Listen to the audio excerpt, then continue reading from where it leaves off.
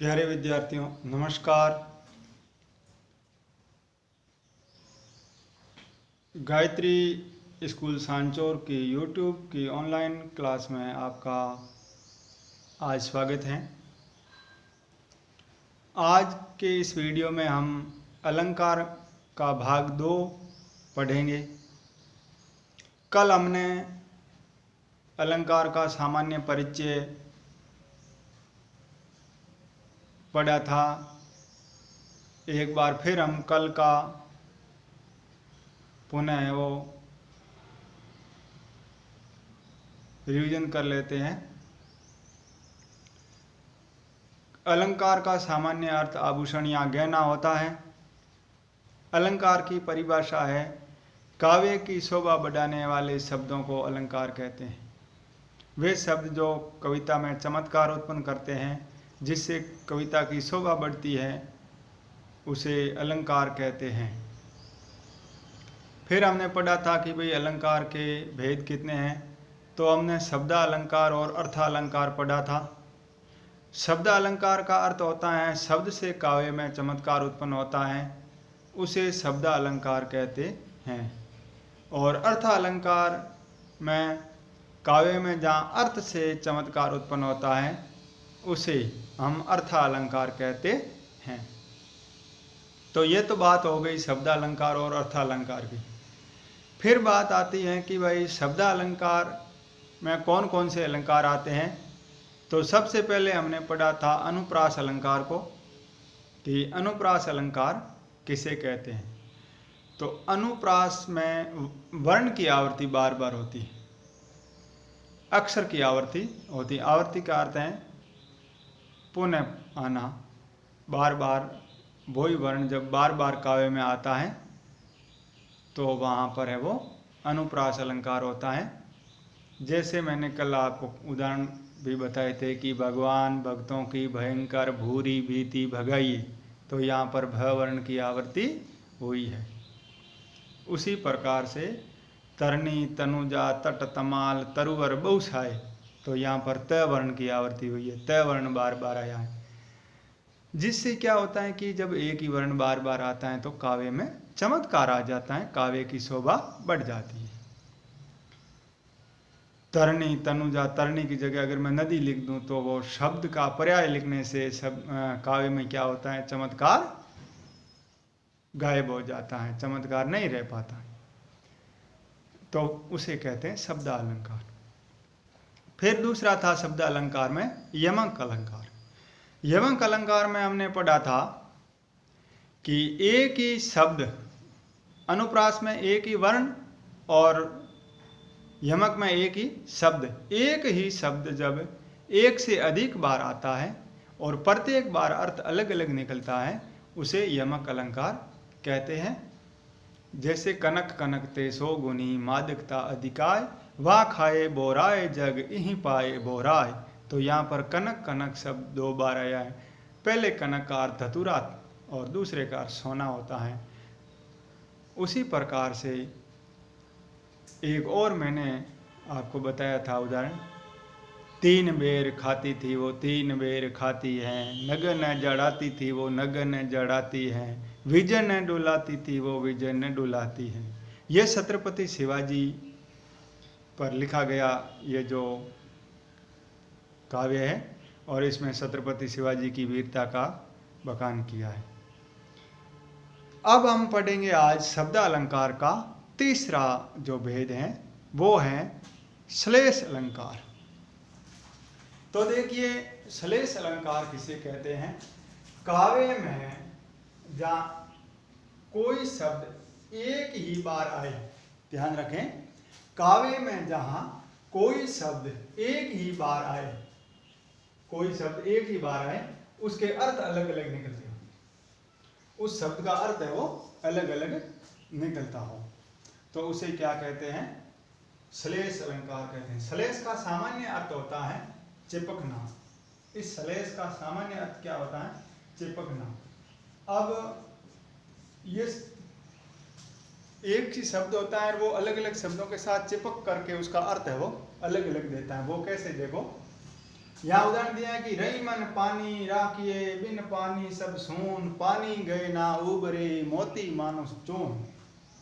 ये रहीमदास जी का दोहा है। इस दोहे के अंदर रहीमदास जी कहते हैं कि रही मन पानी राखिए बिन पानी सब सून, पानी गए ना उबरे मोती मानो चून। तो यहाँ देखो जो पानी शब्द है, इस पानी शब्द का अर्थ है वो अलग अलग शब्दों के साथ अलग अलग है। मोती के साथ अलग है, मनुष्य के साथ अलग है, और चूने के साथ में, चून का मतलब आटा होता है, इसके साथ अलग होता है। इस चून का अर्थ होता है आटा।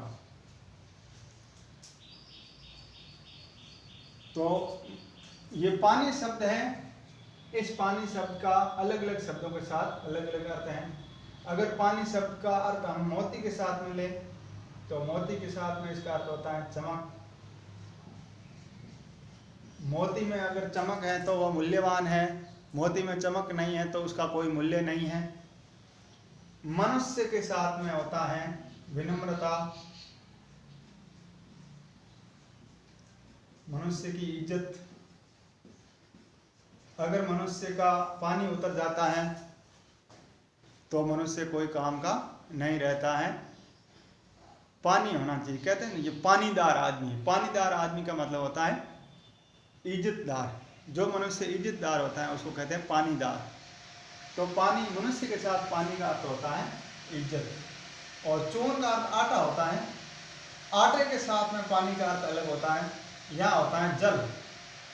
आटे में जल मिलाएंगे तभी आटा है वो काम आएगा, उसकी सार्थकता है। जब तक आटे में जल नहीं मिलाएंगे तो आटे की कोई सार्थकता नहीं। तो देखो पानी शब्द है, इस पानी शब्द का अलग अलग शब्दों के साथ अलग अलग अर्थ। तो कहने का अर्थ यह है कि जहाँ कोई एक शब्द और उस एक शब्द का अलग अलग शब्दों के साथ अलग अलग अर्थ निकलता है, वो एक ही शब्द अलग अलग शब्दों के साथ चिपक करके और अर्थ भी अलग अलग देता हो, तो वहाँ कौन सा अलंकार होता है?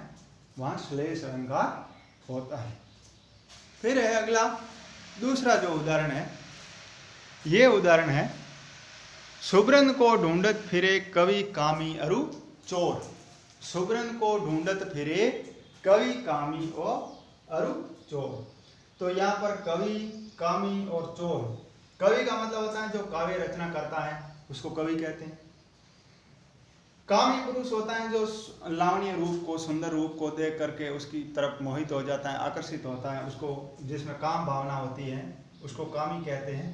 और चोर, चोर आप समझते ही हैं, चोरी करता है वो चोर होता है। अब बात आती है सुब्रन की। ये जो सुब्रन शब्द है, ये शब्द तो एक ही बार आया है और इस शब्द का अर्थ है वो इन शब्दों के साथ अलग अलग है। सुब्रन का अर्थ कवि के साथ अलग है, सुब्रन का अर्थ कामी के साथ अलग है, और सुब्रन का अर्थ चोर के साथ में अलग है। कवि के साथ में है अच्छा वर्ण। कवि संसार में अच्छे वर्णों को ढूंढते हैं ताकि यह वो उनकी कविता अच्छी बने। तो सुब्रन का अर्थ कवि के साथ में हो गया अच्छा वर्ण। वर्ण का अर्थ अक्षर। कवि है वो अच्छे वर्णों को ढूंढते हैं ताकि अपनी काव्य रचना करें। कामी, कामी पुरुष होते हैं वो अच्छे रूप रंग को देखते हैं। तो वहाँ वर्ण शब्द का भी अर्थ दो होता है। वर्ण का अर्थ अक्षर भी होता है, वर्ण का अर्थ रंग भी होता है। तो कामी पुरुष होते हैं वो अच्छे रूप रंग को देखते हैं, उनके लिए अच्छा रूप रंग इस संसार के अंदर उन्हें प्रिय होता है। और चोर है वो क्या देखते हैं? सुब्रन, अच्छी वस्तु होती है उसको देखते हैं, उनके लिए सुब्रन शब्द का अर्थ ये निकलेगा। तो इस प्रकार से एक ही शब्द है वो, कोई शब्द एक ही बार आता है और उनका अलग अलग शब्दों के साथ में अर्थ अलग अलग निकलता है, तो वहां पर है वो कौन सा अलंकार होता है? श्लेष अलंकार होता है। फिर बात आती है पुनरुक्ति प्रकाश अलंकार की। कि भाई पुनरुक्ति प्रकाश अलंकार किसे कहते हैं। नाम ही इसका है पुनर्धन उक्ति। पुनर्धन उक्ति मतलब एक ही शब्द है वो पुनः आता है, बार बार आता है, उसे कहते हैं पुनरुक्ति प्रकाश। काव्य में जहां एक ही शब्द दो बार आए, एक ही शब्द को दोहराया जाता है, अर्थ भी वही रहता है। जहां काव्य में जहां एक ही शब्द दो बार दोहराया जाता है और अर्थ प्रत्येक बार अर्थ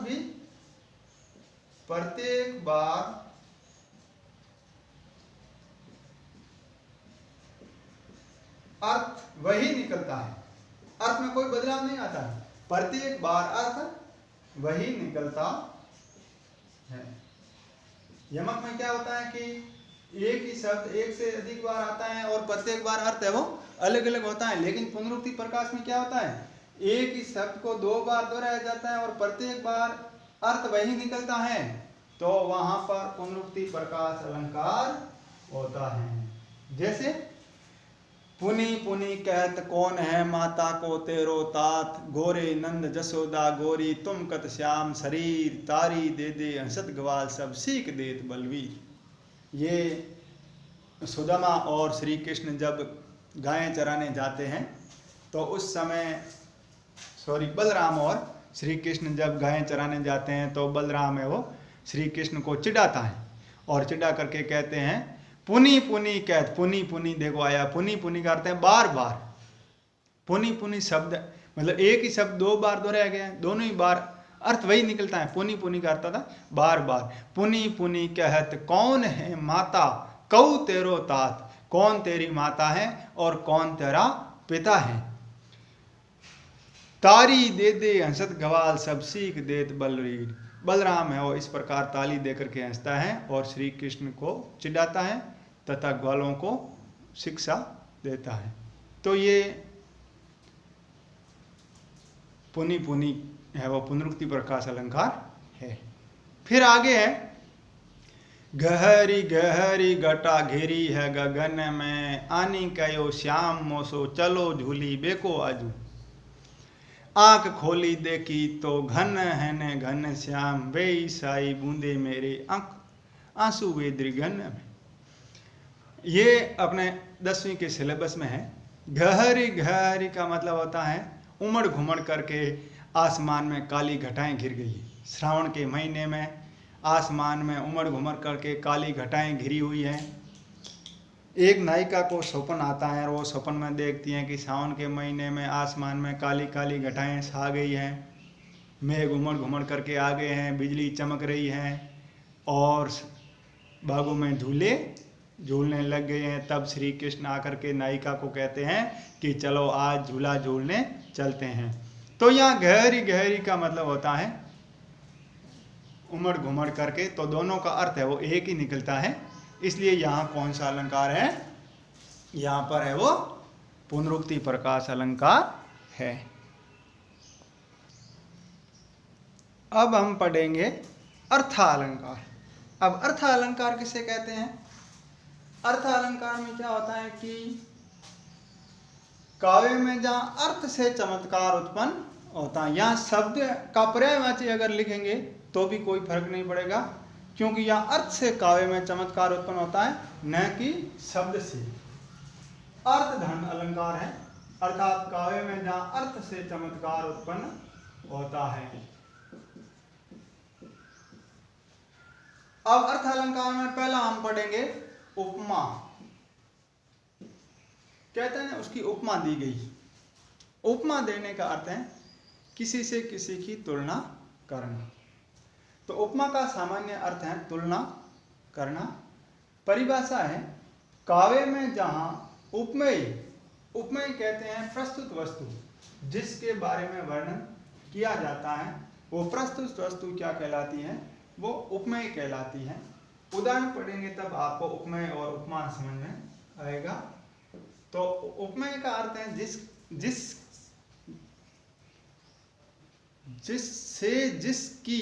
जिससे तुलना की जाए, अर्थात वो उपमेय जिसकी तुलना की जाए वो क्या कहलाता है, उपमान कहलाता है। तो प्रस्तुत वस्तु होती है कविता में, जो सामने है वो तो है उपमेय, जिसकी तुलना की जाए अर्थात अप्रस्तुत वस्तु क्या कहलाती है? उपमान कहलाती है।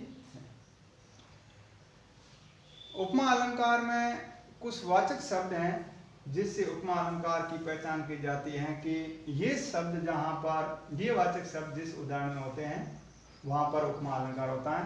सा, सी, सम, सदृश, सरिस,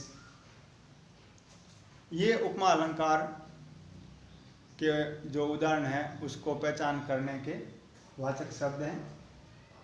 जैसे मुख, मयंक, सा का समान, सा का तो था समान, मुख, मयंक, सा अर्थात किसी के मुख की तुलना किससे कर दी?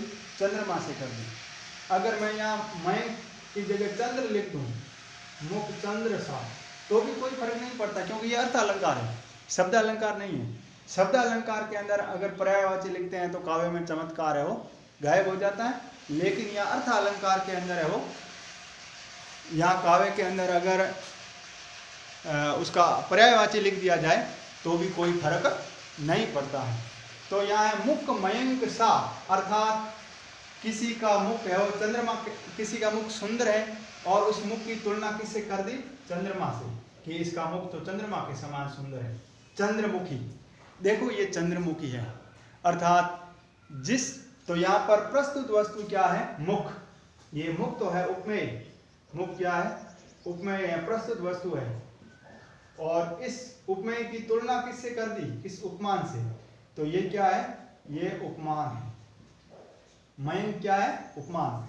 अर्थात मुख की तुलना किससे की है? चंद्रमा से। तो उपमेय की तुलना जब उपमान से की जाए वहां पर है वो उपमा अलंकार होता है। पीपर, पात, सरिस, मन डोला, ये सरिस वाचक शब्द है, या मैंने लिखवाया था वाचक शब्द में सरिस ही है। पीपर, पात, पीपर का अर्थ पीपल होता है, पात का पत्ता, पीपल के पत्ते के समान मन डोलने लगा। तो यहां पर है वो मन की तुलना किससे कर दी? पीपल के पत्ते से, कि पीपल के पत्ते के समान मन है वो डोलने लगा। पीपल का पत्ता होता है, हवा आती है तब पीपल का पत्ता है वो डोलता है, क्योंकि पीपल का पत्ता गोल होता है और बड़ा होता है, हवा आती है, हवा के साथ में डोलता रहता है, स्थिर नहीं रहता है। उसी प्रकार से जिसका मन स्थिर न हो, जिसका मन अस्थिर होता है, उसको कहते हैं कि पीपल के पत्ते के समान मन डोलना। तो यहाँ मन है वो उपमेय है, इसकी तुलना किससे कर दी? पीपल के पत्ते से कर दी, कि पीपल के पत्ते के समान मन है वो डोलने लगा।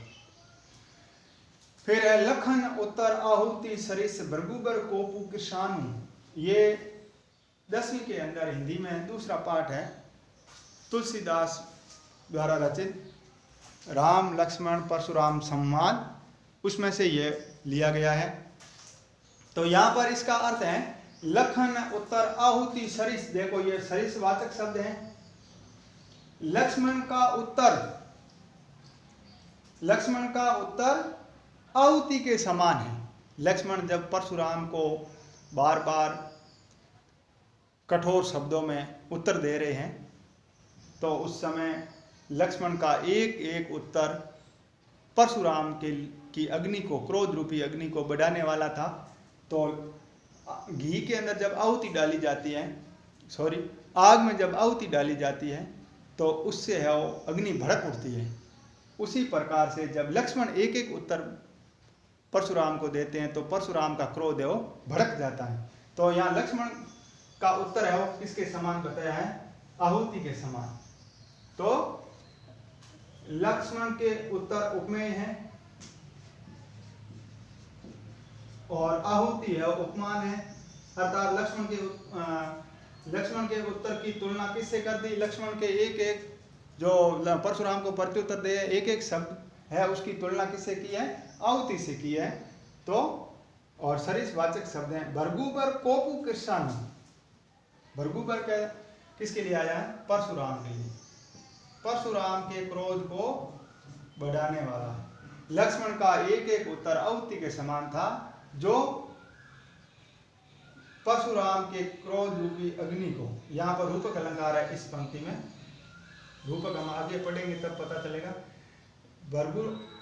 परशुराम की क्रोध रूपी अग्नि को बढ़ाने वाला। लक्ष्मण का एक एक उत्तर आहुति के समान है, जो परशुराम के क्रोध रूपी अग्नि को, कृष्णाणु का अर्थ अग्नि होता है, कोपु का अर्थ क्रोध होता है, तो क्रोध रूपी अग्नि को बढ़ाने वाला है। रूपक पढ़ेंगे तब आपको बताएंगे। फिर है अगला, हरीसा हीरा छोड़कर करे और की आस, ते नर जमपुर जाएंगे सत बासे रेदास। ये रेदास, संत रेदास का दुआ है। राजस्थान के अंदर, राजस्थान की कर्म भूमि, और भक्त कवित्री मीराबाई के गुरु थे रेदास। उस रेदास का ये दुआ है। तो रेदास जी क्या कहते हैं? हरीसा हीरा मतलब भगवान, या हरि का अर्थ है भगवान ईश्वर। भगवान को हीरे के समान बताया कि संसार के अंदर भगवान के समान हीरा, उसको छोड़ करके, मतलब जो लोग ईश्वर की भक्ति नहीं करते हैं, जो लोग ईश्वर की स्तुति नहीं करते हैं, उनके लिए कहा है कि इस संसार के अंदर अगर सच्चा हीरा है तो वो कौन है? ईश्वर है। और उस ईश्वर के समान हीरे को छोड़ करके लोग दूसरों की से आशा रखते हैं। आस करते हैं, आशा रखना, दूसरों की आशा रखते हैं। वे मनुष्य, ते नर जमपुर, जमपुर का अर्थ यमलोक, वे लोग यमलोक में जाएंगे। ये सत्य बात कौन कह रहे हैं? रेदास कह रहे हैं। रेदास कहते हैं कि ऐसे लोग है वो यमपुर जाएंगे, अर्थात ऐसे लोग है वो यमलोक जाएंगे। ये सत्य बात कौन कह रहे हैं? रेदास कहते हैं। तो इस प्रकार से उपमा अलंकार हो गया।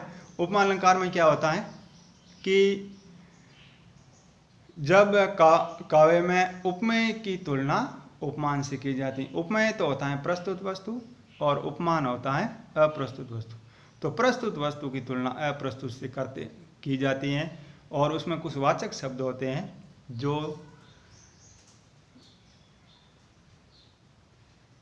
उपमा अलंकार के उदाहरणों में प्रयुक्त होते हैं। जैसे सा, सी, सम, सदृश और सरिस। इन वाचक शब्दों को अगर हम याद रखें तो इनसे हम उपमा अलंकार की पहचान कर लेते हैं। जैसे मुक मयंक सा, अर्थात मुक तो है प्रस्तुत वस्तु, मयंक अप्रस्तुत। तो प्रस्तुत वस्तु उपमेय है, अप्रस्तुत वस्तु उपमान है, और सा है वो वाचक शब्द हैं, अर्थात मुक चंद्रमा के समान है। तो ये तुलना हो गई। मुख की तुलना किससे कर दी? चंद्रमा से। तो जहाँ तुलना हो वहाँ पर कौन सा अलंकार होता है? उपमा अलंकार होता है। पीपर पात सरिस मन डोला, पीपल के पत्ते के समान मन डोलने लगा। तो मन की तुलना किससे कर दी? पीपल के पत्ते से। इस प्रकार से ये तुलना होती है। अब हमें वो अगली वीडियो में अर्थालंकार का अगला जो अलंकार है उसको पढ़ेंगे। धन्यवाद।